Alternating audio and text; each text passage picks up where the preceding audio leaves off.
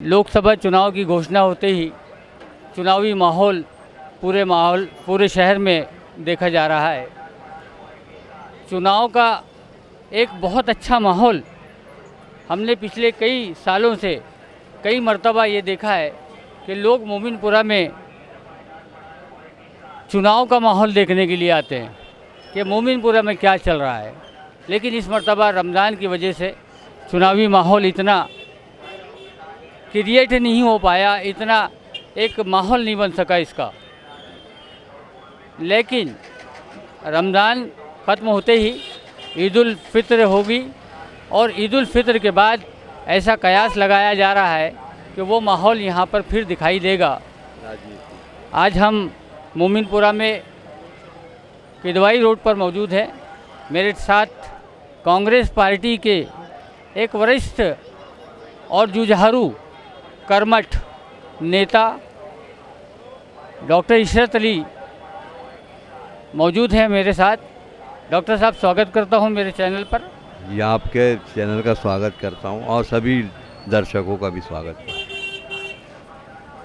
Doctor साहब, ये बताइए कि ये चुनाव अभी जो लोकसभा का डिक्लेयर हुआ है, कांग्रेस पार्टी ने जो विकास ठाकरे जी को टिकट दिया, अपना कैंडिडेट बनाया, और एक मुख्य पार्टी जो हमारी भारतीय जनता पार्टी है जिसमें नितिन गडकरी जी कैंडिडेट है, जिनका 2 मर्तबा का एक अच्छा अनुभव है चुनाव का।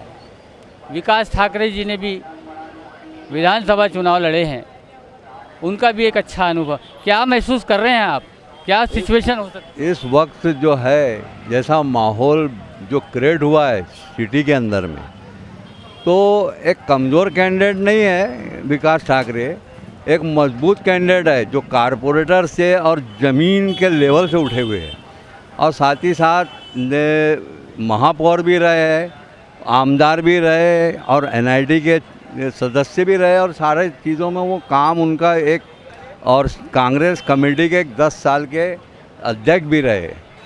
तो ऐसे व्यक्ति को कांग्रेस ने टिकट देके, और साथ में जो इंडिया गठबंधन हुआ है, ये गठबंधन एक काफ़ी मजबूत कैंडिडेट हो गया है आज विकास ठाकरे।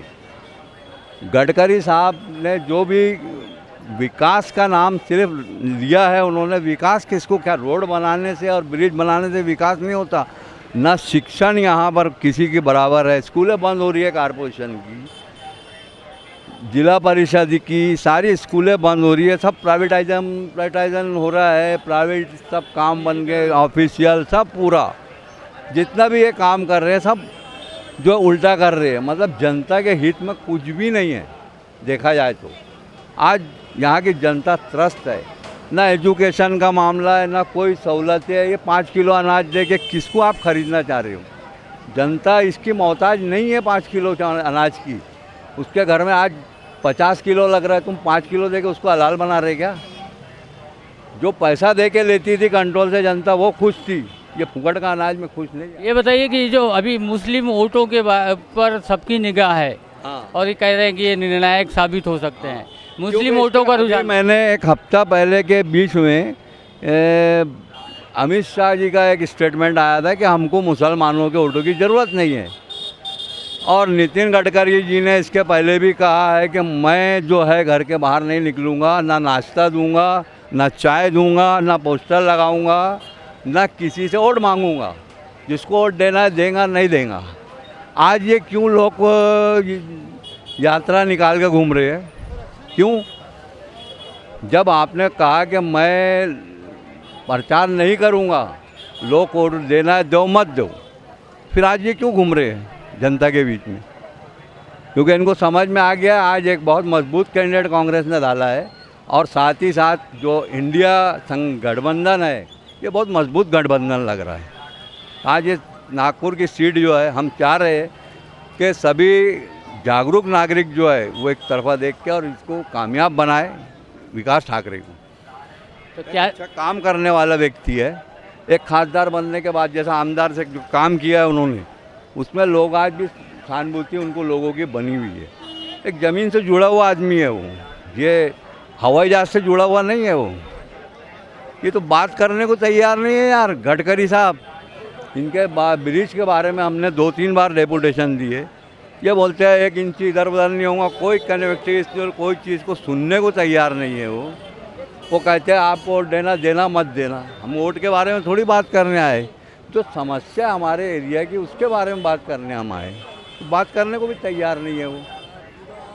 तो ऐसा खासदार हमारे लिए कौन से काम का है जो जनता की समस्या ना सुने।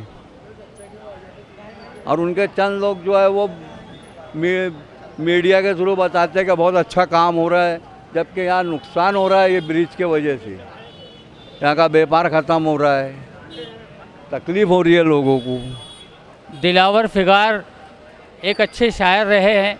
उन्होंने 4 पंक्तियाँ कहा था किसी ज़माने में कि बिल्डिंगों से मुल्क के मेयार को मत नापिए, उनमें पोशीदा अवामुन्नास की फरियाद है, और बिल्डिंगों में चंद फीसद लोग रहते हैं मियाँ, असली हिंदुस्तान तो फुटपाथ पर आबाद है। इसके बारे में वैसा फुटपाथ पे तो यहाँ जो है बार बार गडकरी जी एक ही चीज़ बोलते हैं, मोमिनपुरे का नाम आते थे कि मोमिनपुरा अतिक्रमण। तो मैं बोलता हूँ महल में कौन सा अतिक्रमण नहीं है। और ये प्रशासन इतना सुस्त क्यों है कि दूसरे शहर में जो है कार्रवाई करता है जब्ती की, दंड की, और मोमिनपुरा क्षेत्र में जब वो आता है तो यहाँ पे कुछ भी नहीं, कोई कार्रवाई नहीं जब्ती की ना कोई जुर्माने की। तो जब अतिक्रमण यहाँ का बार बार गडकरी जी बोलते हैं तो आप महल का अतिक्रमण क्यों नहीं हटाते? आप तो खुद अपनी गाड़ी कारपोरेशन, महल कारपोरेशन के बाद रख के पैदल जाते हो घर, आप मिनिस्टर रहने के बाद। तो आप वहाँ का अतिक्रमण पहले हटाओ। कहा बार बार जब हम जाते हैं मोमिनपुरे में अतिक्रमण की बात करते हो, तो क्या खाली शहर में मोमिनपुरे में अतिक्रमण है क्या?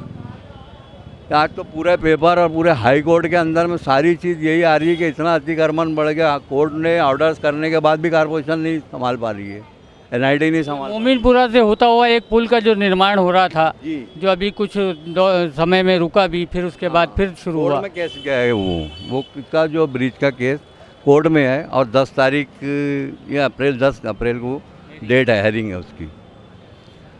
क्योंकि मामला क्या है? मामला ये है कि हमारा कहना ये था कि ये ब्रिज के आप पेपर्स दो कि आपने कब सेंक्शन किया, कैसा किया, तो वो आज तक बता ही नहीं रहे हो। उन्होंने वो जो ब्रिज है 5 पावली का जो बारसे नगर से ऐसा डोभी नगर में आया है, वो उस ब्रिज के पेपर बता देते हो। तो हमको उस ब्रिज से मतलब नहीं है, हमको ये जो पहलवान बाबा की दरगाह से लेके गुप्ता आटा चक्की तक का जो ब्रिज आपने बना रहे, इसका पेपर देते ही नहीं वो। तो हमने 4 बार उनसे मांगा RTE में, जब नहीं दिया तो कोर्ट में हमने जाके डाल दिया कि भाई हमको पेपर्स दो। हमारा कोई विकास के विरोध नहीं है, विकास के विरोध में नहीं है, हम विकास चाहते हैं हम, लेकिन आप पहले बताइए तो ये सेंक्शन कैसा हुआ, कब हुआ? आप कहीं का भी ब्रिज जाके इसको बना डाल रहे। तो आपने विकास की उम्मीद विकास ठाकरे से रखी?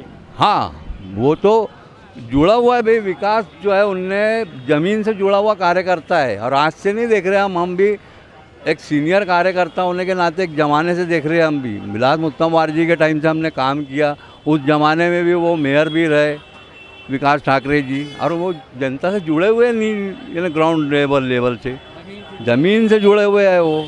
और आज 10 साल से शहर अध्यक्ष रहने से पूरे शहर की कमेटी के से जाने जाते हो।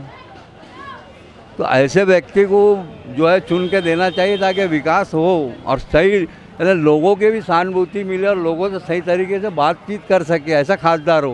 ये तो बात करने को तैयार नहीं है खासदार साहब यहाँ के। ये है हमारे बीच जो अभी हमसे बात कर रहे थे डॉक्टर इशरत अली।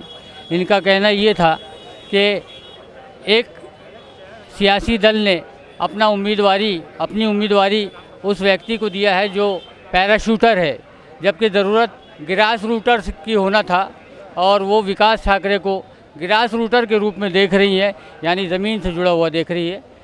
और डॉक्टर साहब बहुत बहुत शुक्रिया, बड़ा कीमती वक्त लिया मैंने। लोकमंच वक्ता की ओर से आपका शुक्रिया।